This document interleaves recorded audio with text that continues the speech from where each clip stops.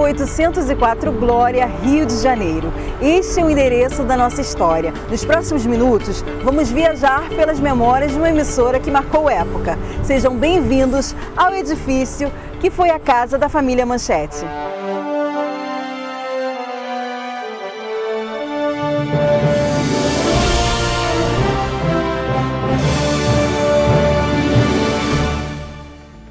Em 1983, após 3 anos do fim da pioneira Tupi, o brasileiro ganhava uma nova opção na TV. Surgia a Rede Manchete.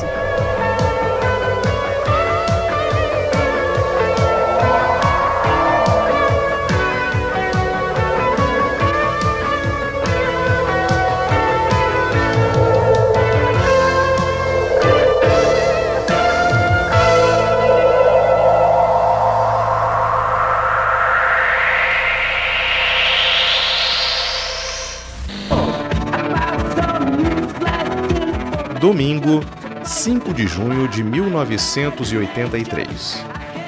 No relógio, 19 horas. De um lado, os Trapalhões. De outro, Silvio Santos com seu tradicional show de calouros. E em meio a tudo isso, a estreia da televisão que marcaria a época. A inauguração da Rede Manchete de televisão. A emissora dava os seus primeiros passos, sem áudio. Acontece nas melhores famílias. Mas logo o problema foi solucionado e todos conheceram a TV do ano 2000. Deixo com vocês, meus amigos, a Rede Manchete de televisão. Ela está no ar. O seu Adolfo era um cara empreendedor, era um visionário e a Rede Manchete foi uma concepção do interesse dele. Então ele era um cara de vanguarda. O ambiente de trabalho era como familiar, era uma empresa que a gente tinha prazer em ir trabalhar. A gente, na verdade, não trabalhava, aquilo era uma diversão.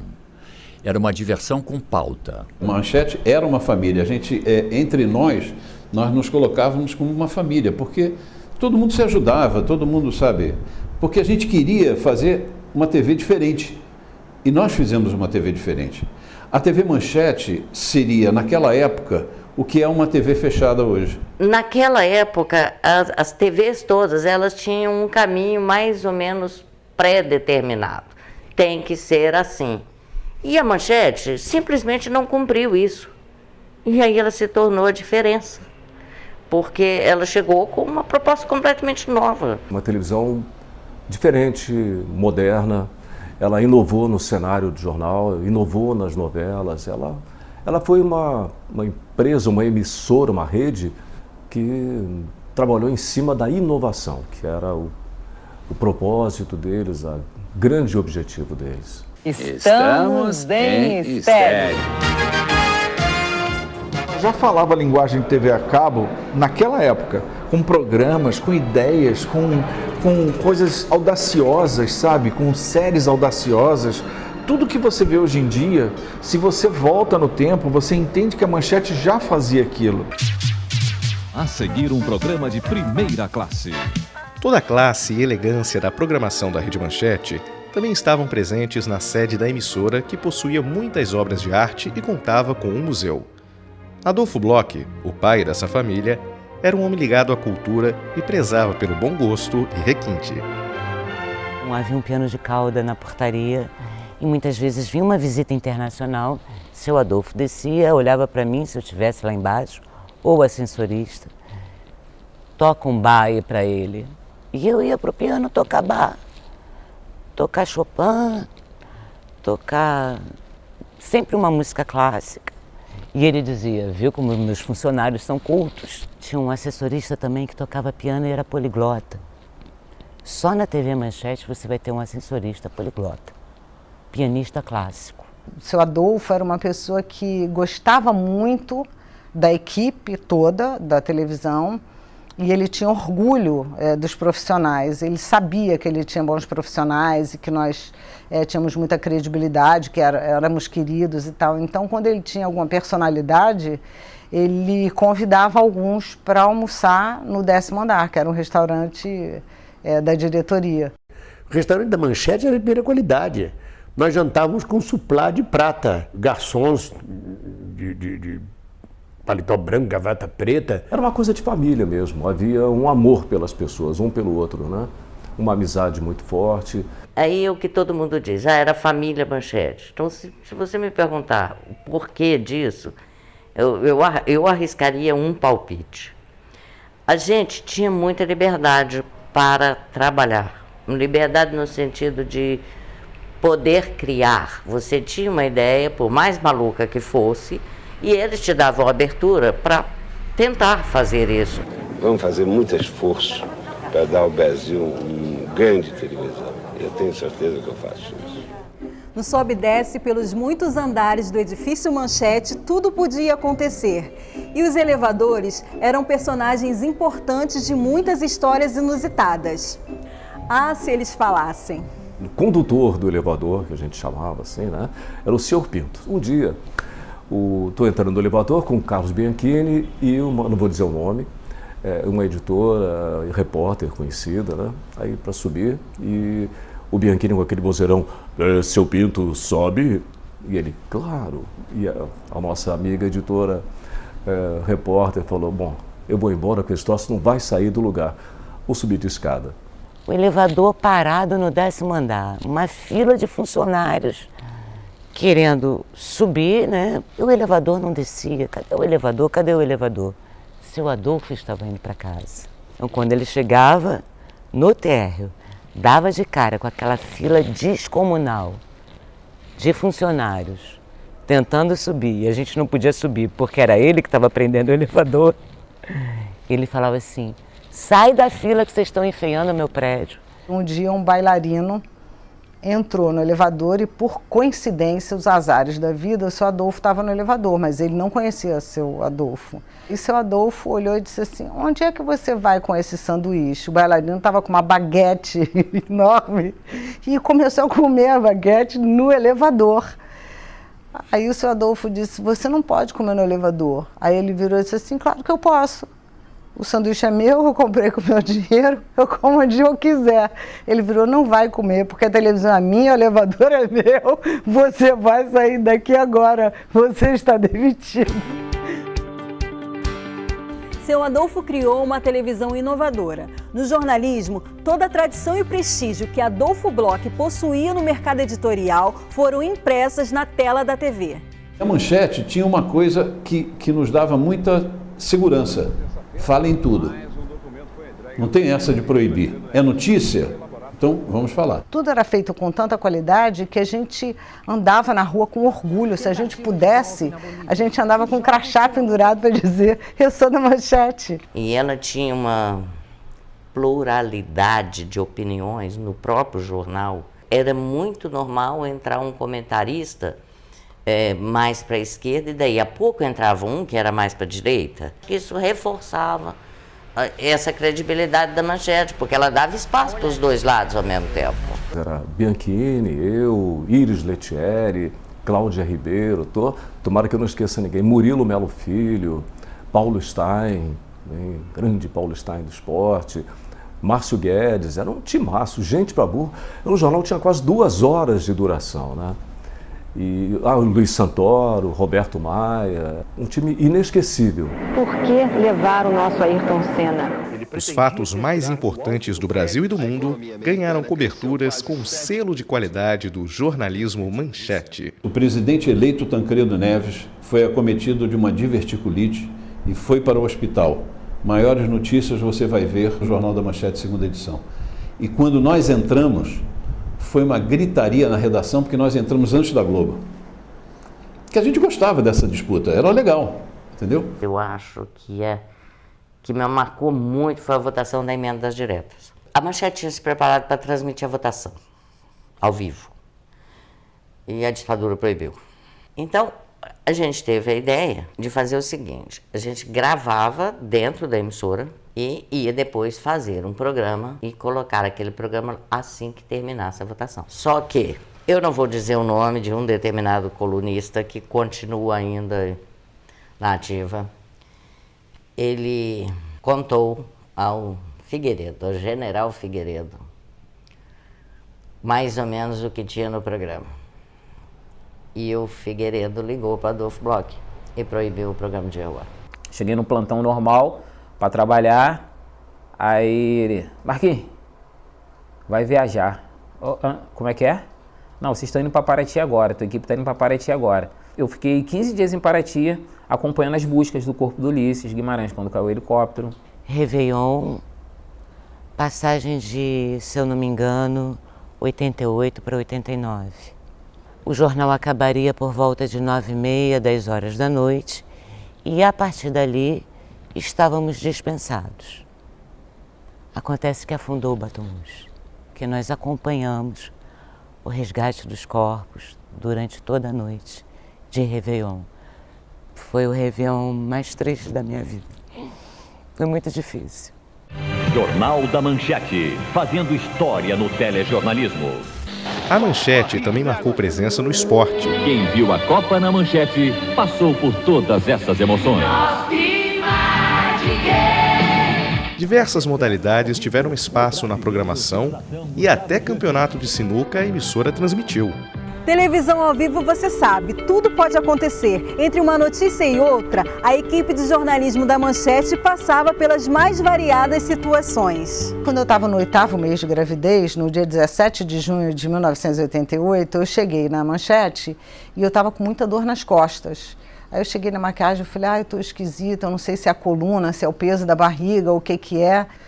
Aí fui fazer o jornal. Eu estava fazendo naquela época com a Cristina Rego Monteiro. Na penúltima matéria, eu senti de repente que eu estava molhada. Aí eu falei, meu Deus do céu, a bolsa estourou. Acabei o jornal, encerrei o jornal, a Cristina saiu, eu não falei nada porque eu não sabia o que fazer. Eu estava chocada com isso. Quando eu saí, estava o seu Adolfo, Jaquito, a televisão em peso no hall. Seu Adolfo não queria que eu andasse. No mesmo dia, eu tive a Rafaela no mesmo dia, na São José. No mesmo dia, ele ligou para o quarto, para o apartamento que eu estava na São José, para me dar os parabéns, para desejar boa sorte, etc. E tal. Isso não é muito comum. Essa era a relação que a gente tinha naquela televisão, entendeu? Era uma relação de família, de carinho. A gente era cobrado, mas também tinha esses privilégios, esse afeto. Eu jamais vou esquecer isso. O Dinho era um personagem engraçado, ele ficava julgando o que a gente... Ele lia, ele tinha... lia o movimento labial da gente, então a gente falava muita besteira, né? Santoro, eu... Um dia nós chegamos, o chefe de redação, Luiz Edgar de Andrade, chama nós dois, aqui ó, um surdo mudo e a mulher dele, que mora em Telesópolis, diz que vocês falam as maiores impropriedades quando termina o jornal. Nós? Não, que isso, pelo amor de Deus. Dois cínicos, não, negamos o tempo todo. Ele era um cara que estava sempre presente, mandando cartas lá para o seu Adolfo, reclamando da nossa postura, do que a gente conversava com os colegas. Mas isso acontece em todo telejornal. Porque o jornal, quando terminava, ele ia fechando na gente, depois ele subia que nem Star Wars. Naquele dia, nós terminamos com o Mudinho. Mudinho, filha da puta, e o outro, vou comer você. Então, nunca mais ele ligou, nunca mais ele ligar, não, nem escreveu, entendeu? Para falar de carnaval, vamos deixar o edifício.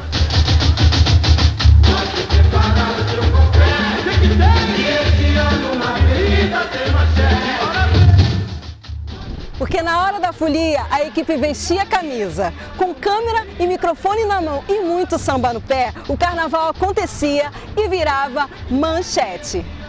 A Rede Manchete também, a partir de hoje, está 24 horas por dia no ar, para mostrar cada detalhe da festa que faz o brasileiro se esquecer de tudo. A festa que faz o brasileiro fazer de conta que tudo que é ruim acabou. Alô, Manchete! Alegria do povo! Aconteceu, virou manchete, é isso aí. A manchete é preferida da PUC. Carnaval era o carro-chefe da Manchete, né? O carnaval era uma dedicação total, ninguém tirava férias nesse período. Mas a Manchete tinha uma tradição carnavalesca, porque o Adolfo Bloch, ele foi um carnavalesco. Ele morou na Praça 11. Então, ele, na juventude dele, ele não só assistiu, como participou dos carnavais da Praça 11, não é?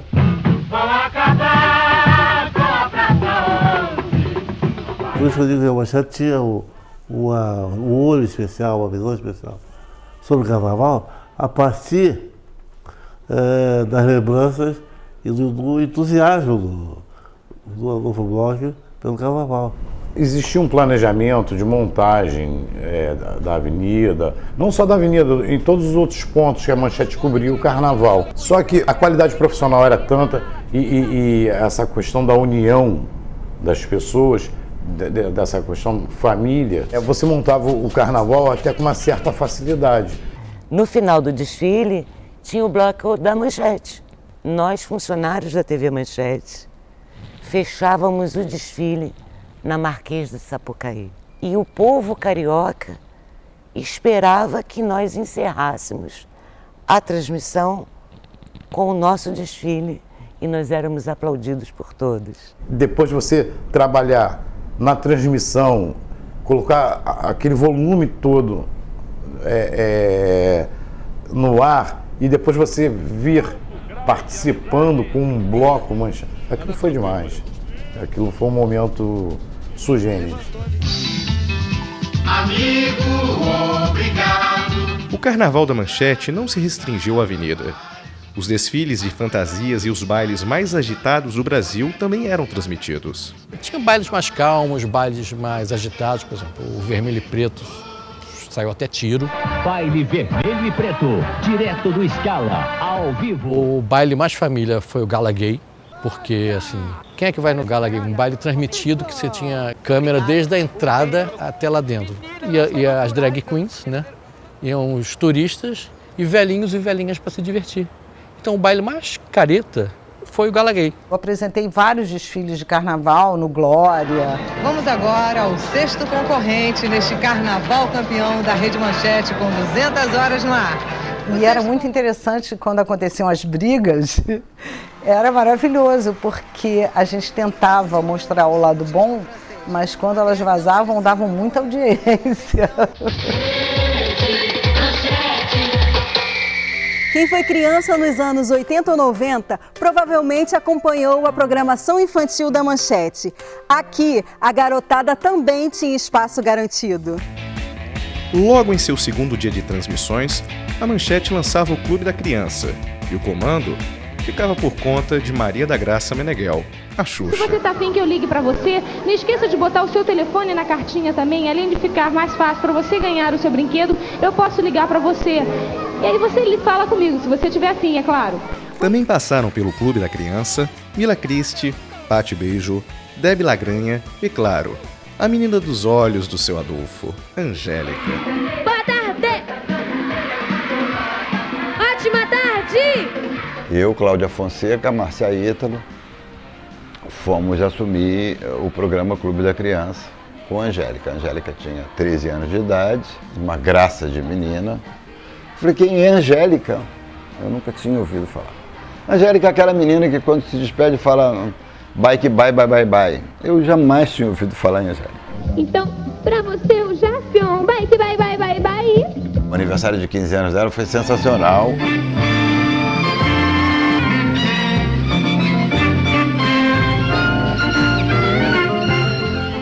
Seu Adolfo dançou a valsa com ela. Era uma relação de avô e neta. Ele fazia as vontades dela e conversava, achava ela linda. O Clube da Criança divertia as crianças todas as tardes, mas pela manhã, o público infantil também tinha opção. Patrick de Oliveira e Cíntia Raquel comandavam o Cometa Alegria. Será que tem gente que não entende que se a natureza acabar, a gente acaba junto também? Cara, eu era meio que o filho de todo mundo, né? Porque eu era o mascote, literalmente, devia ter 6 anos quando eu comecei. Eu pegava o Patrick, ele ficava assim como super-homem no meu colo aqui. Eu pegava ele assim, ele era miudinho, ele tinha o quê, 8 anos na época, mais ou menos. Mas ele era miudinho, eu pegava ele por aqui, saía correndo pelos corredores da Manchete. Parecia 2 crianças, eu e ele. O André era quase que meu pai nos bastidores, né? Pô, trazia lanche, brincava, corria comigo. Ele conseguia dar essa leveza com a gente, não só comigo, mas também como com a Cíntia. A Cíntia Raquel foi a primeira apresentadora negra criança a apresentar um programa infantil.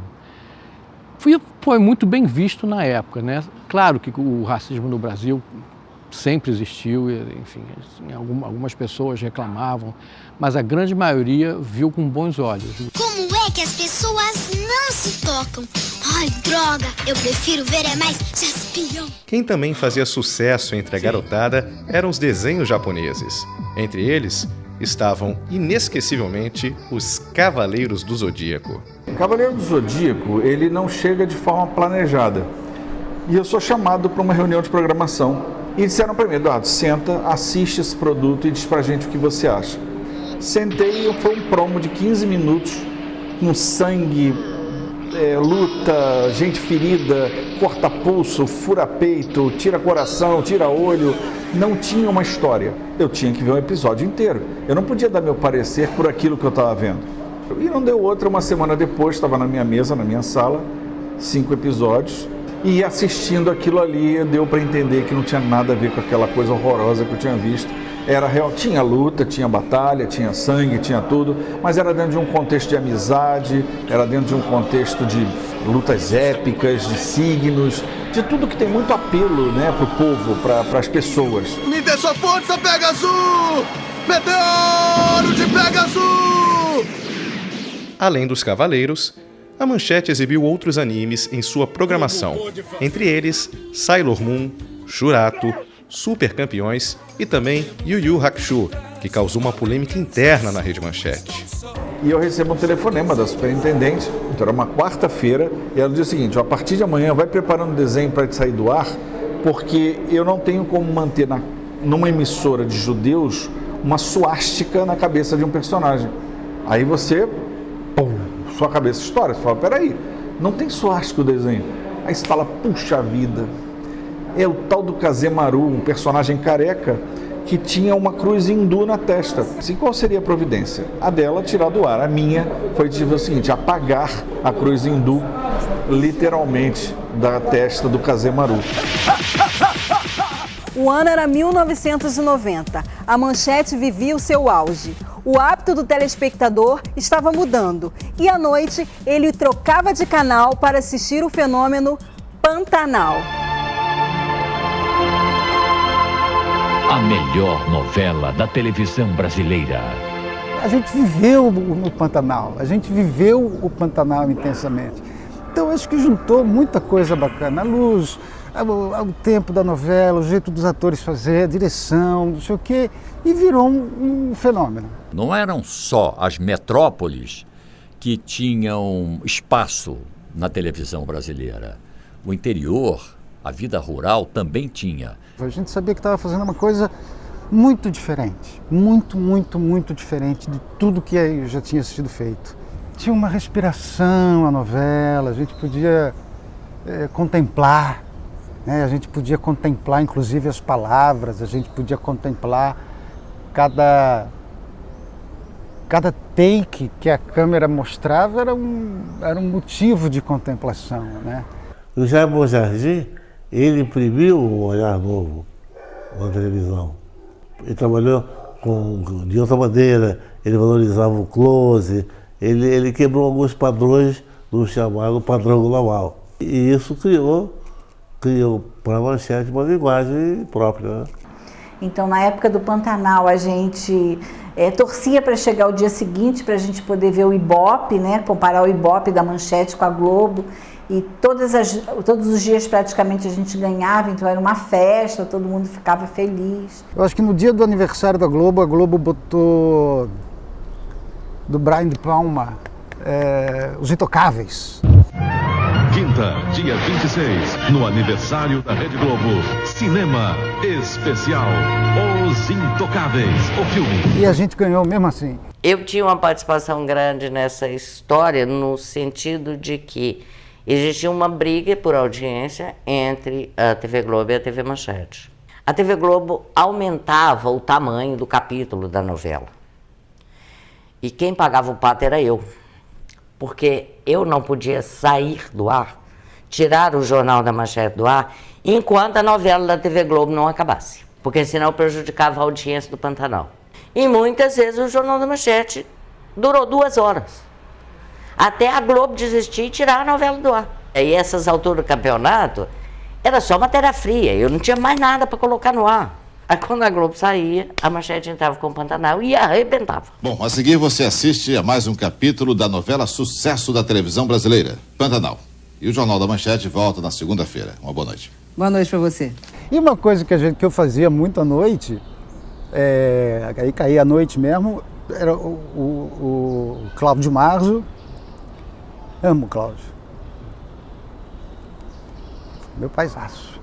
Cláudio Marzo, o Almir Sater e eu, a gente pegava um barquinho e ia para o meio do rio, uma garrafinha de cachaça, para pescar. Só que era um breu, né? A gente no meio daquele rio. E aí era incrível, porque a gente chegava da pescaria, o Almir na hora limpava o peixe, fazia uma fogueirinha, violão, Sérgio Reis. Pô, isso era uma curtição incrível. Eu acho que engrandeceu a vida de todo mundo que fez. Era incrível mesmo.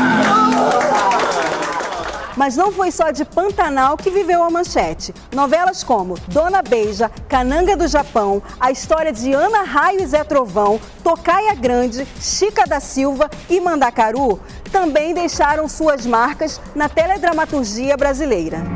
Nós vamos tratar essa gente como elas não merecem, com luvas de pelica, para que fique bem clara a verdadeira diferença que existe entre elas e Dona Beija. Dona Beija era uma novela que prendia, o elenco era bom, a direção era boa, os figurinos cuidados, tudo era bom. Se você tem um produto bom, ele faz sucesso.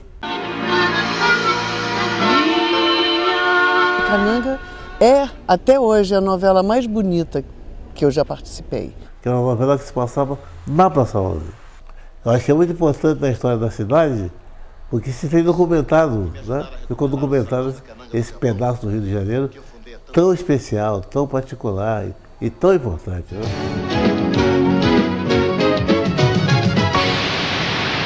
Eu quero desbancar de uma vez por todas esse Zé Trovão e essa Ana Raia. Eu quero que o seu Zé Trovão volte mendigando para minha companhia. Um ano inteiro sem estúdio, na estrada. A gente ia de um lugar para o outro, já mudava até a temperatura. Tudo era gravado, fosse chuva, fosse sol, dia ou noite. A gente tinha que gravar porque era uma novela que tinha muitos episódios e tinha que se gravar 40 cenas por dia. Então você saía de uma cidade que estava muito quente, ia para uma cidade que estava muito frio. E aí de uma cidade para outra era um frio. E as pessoas ainda não estavam com os casacos, a Manchete ainda não tinha chegado, os casacos. Então os atores não tiveram problema, perceberam, se reuniram, fizeram uma vaquinha e compraram para aqueles que não tinham casaco para aguentar aquele frio. Chica, Chica da Silva, Gostou da carne? Muito boa. Muito saborosa. Adocicada até. É de Damião, seu informante. O traidor que contava pra voz Messia tudo que se passava nessa casa. Os bastidores dos atores eram incríveis. O bastidor era muito bacana, era uma felicidade, estava todo mundo muito feliz. As pessoas, tanto o elenco quanto a técnica, trabalhavam com paixão, com amor, trabalhando horas e horas e horas e horas. Era maravilhoso, tudo era fantástico, estar numa novela de sucesso. Minha primeira novela.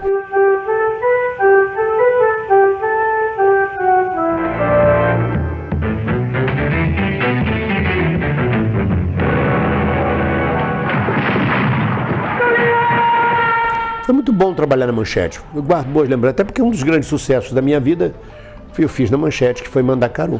Ui, Baiana, me faz uma gentileza, me espera lá na frente um instantinho, Baiana, que eu tô me cagando todo nas calças, vá.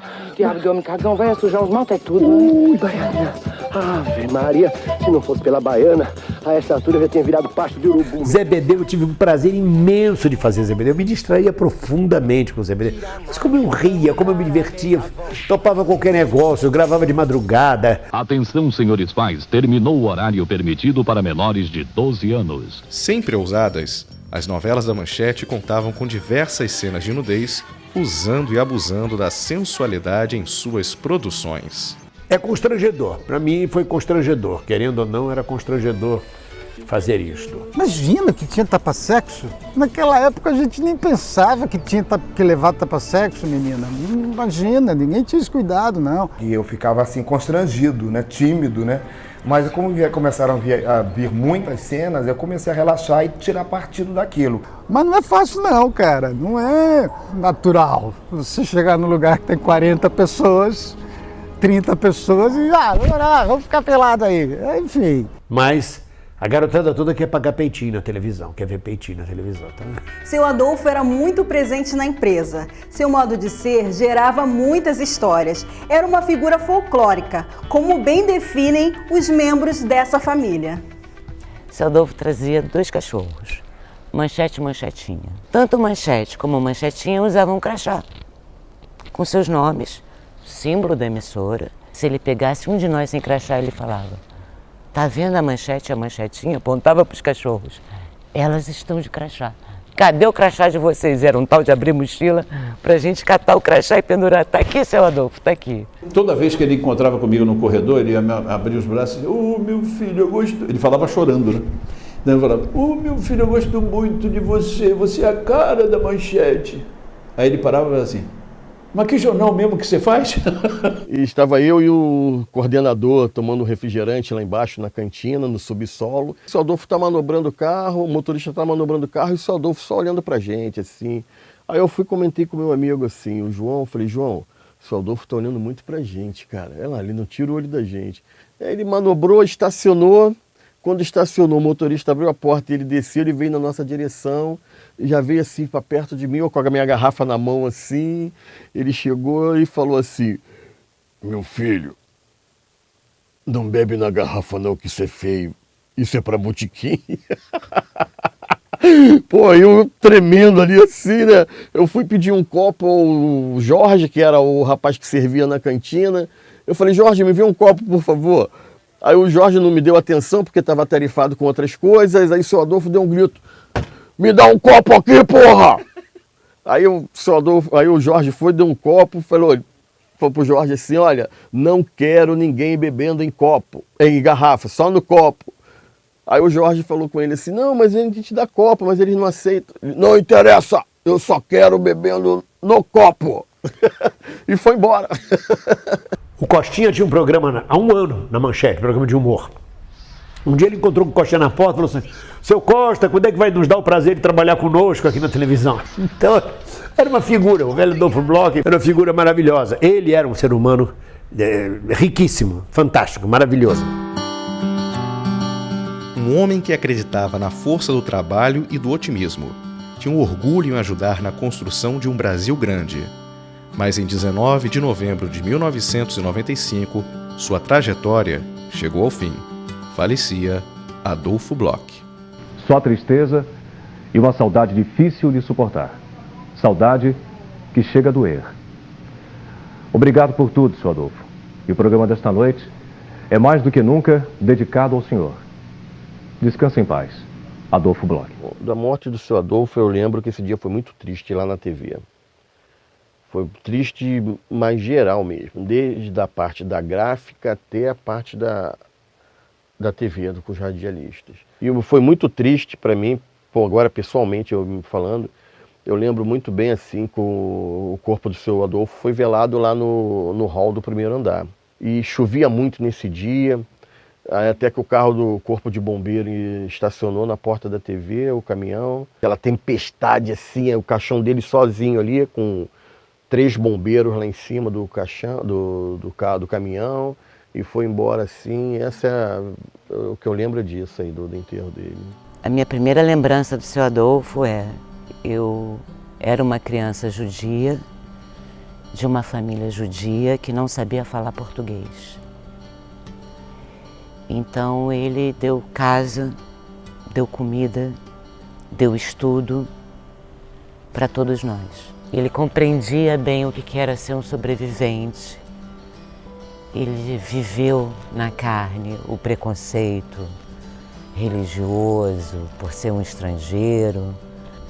Seu Adolfo ainda é referência de pessoa, de empresário de grande comunicador, de figura humana. Que Deus abençoe seu Adolfo para sempre.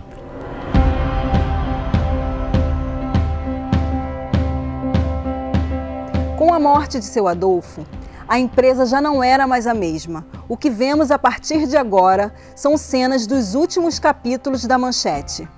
Com a morte do seu Adolfo, com a saída dele da gestão da empresa, a dívida que existia foi crescendo, os juros da dívida crescendo mais ainda, e ficou insustentável pagar aquela dívida. No decorrer da falência da Manchete, já para o final mesmo de Mandacaru e tal, ficava muito claro, por exemplo, assim, essa decadência com relação a aluguel da própria fazenda, porque era uma fazenda alugada, dos animais que eram alugados também, os cavalos, o que a gente usava. Os cavalos, muitas vezes, eles passavam necessidades.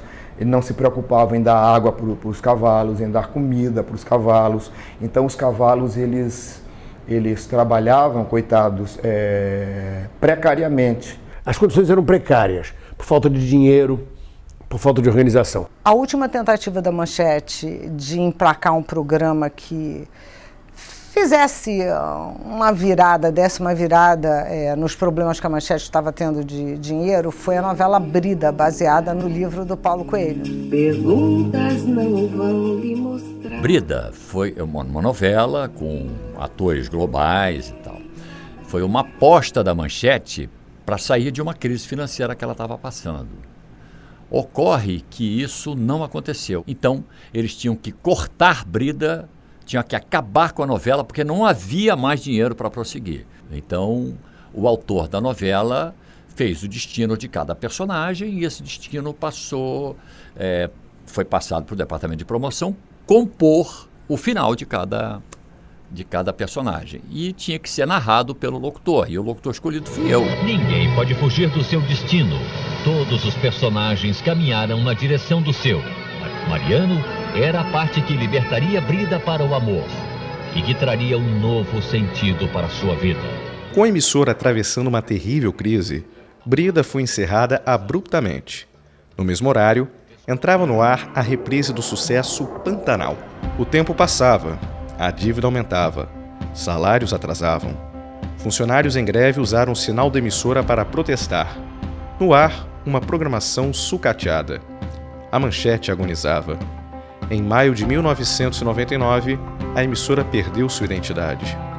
Era o fim, e quis o destino que a televisão do ano 2000 não chegasse justamente ao ano 2000. Aí eu estou na minha sala, eu olho para a sala do diretor de programação, ele desliga a luz dele, o andar ficou todo escuro para lá, pega a mala dele, vem até a minha porta, bate e diz: Eduardo, vamos embora, acabou. Amanhã já é outra coisa aqui.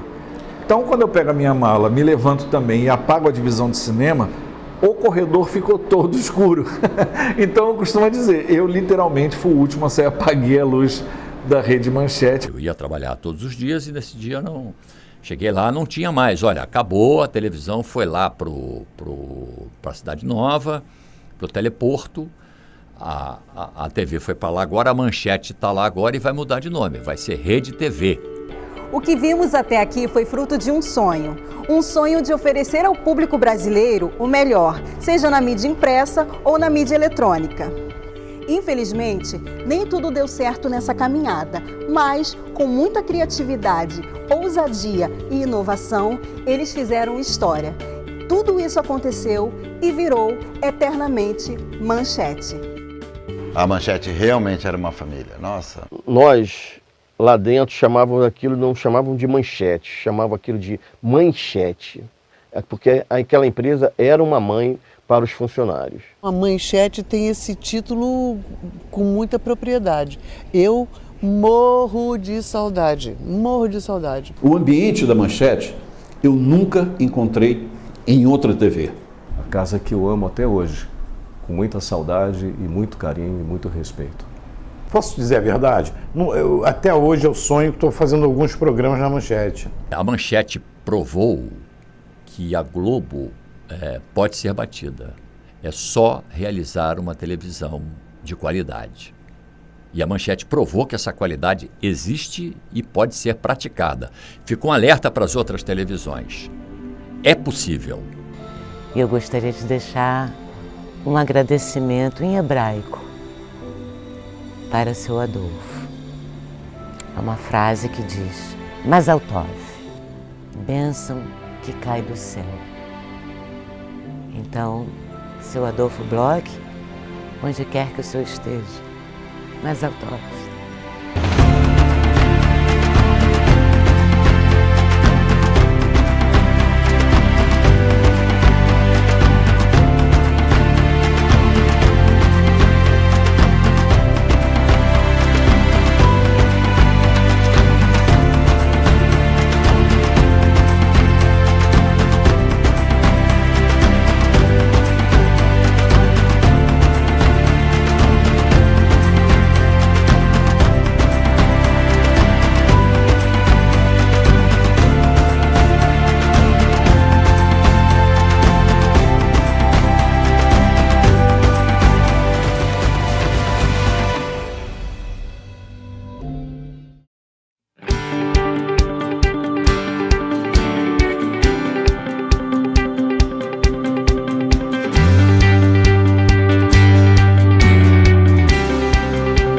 Os meninos da Uniswan fizeram um documentário sobre a Manchete, gente. Eles nem eram nascidos e a gente já tinha a Manchete.